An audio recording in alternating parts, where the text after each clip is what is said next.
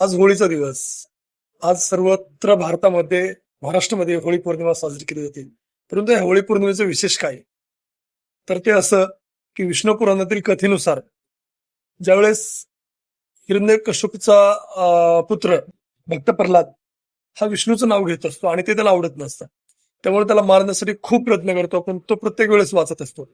मग हिरण्यकश्यपूची बहीण जी होलिका नावाची बहीण असते, तिला अग्नीपासून वाचण्याचं वरदान असतं. म्हणजे अग्नी तिला काही करू शकत नसते असं वरदान असतं. मग ती त्याला म्हणते की मी याला घेऊन अग्नीत बसते, म्हणजे याचा नाश होईल, याचा मृत्यू होईल. त्यानुसार ती भक्त प्रल्हादाला मांडीवर घेते आणि अग्नीत बसते. परंतु होतं मात्र उलटच. त्या भक्त प्रल्हादाचं सत्व एवढं असतं, त्या देवाचं सत्व एवढं असतं, विष्णूचं सत्व एवढं असतं की ती होलिका तिचंच दहन होतं, परंतु भक्त प्रल्हादाला काहीही होत नाही. म्हणूनच याचाच अर्थ असा की चांगल्याचा वाईटावर विजय म्हणजेच होळी. म्हणजे ती होलिका दहन होती, परंतु भक्त प्रल्हादाला काय होत नाही. तिचं वरदान त्याचा काही उपयोग होत नाही.